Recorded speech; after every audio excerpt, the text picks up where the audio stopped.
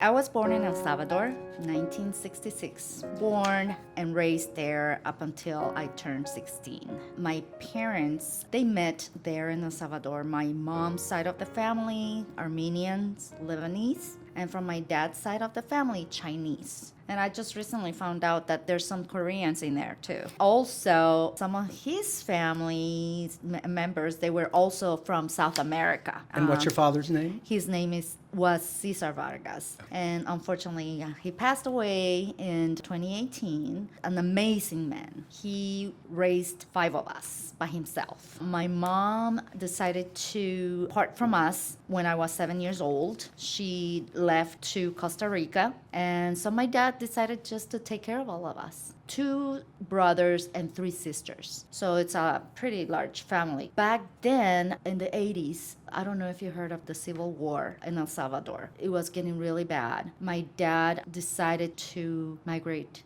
to United States for our safety. My brother, my second oldest brother, he was kidnapped twice. So that's when my dad decided to say, you know what, enough is enough. I'm taking my kids, we're leaving. How old was your brother and why was he kidnapped? Because he was 15 years old. So the guerrillas, they were recruiting young people to be part of their movement. Via kidnapping? Yes. It was getting very dangerous for all of us. And my dad, he decided, hey, let's pack and go. But before that, back in the 80s, it was a little easier to get your permanent residence. We had family members in New York City. We were all like at the end ended up with the residence. And what did your dad do in El Salvador? He was an accountant. Okay. And once we migrated here, he was also doing accounting. It was not an easy change for all of us. I was 16, left all my friends, my family, my cousin, everybody there. As soon as the airplane landed here, I just wanted to go back. I just didn't want to be here. But little by little, we got used to it. Our journey started here in the United States in 1983.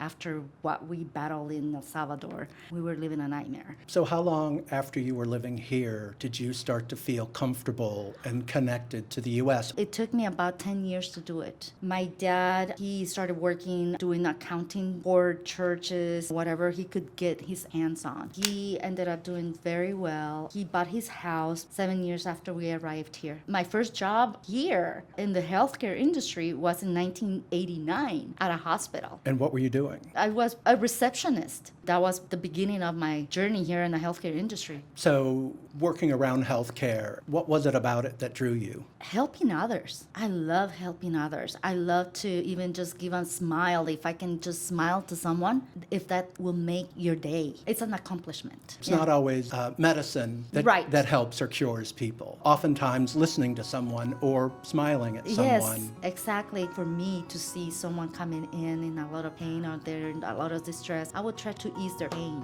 The Providence promise. Exactly. Ease their way.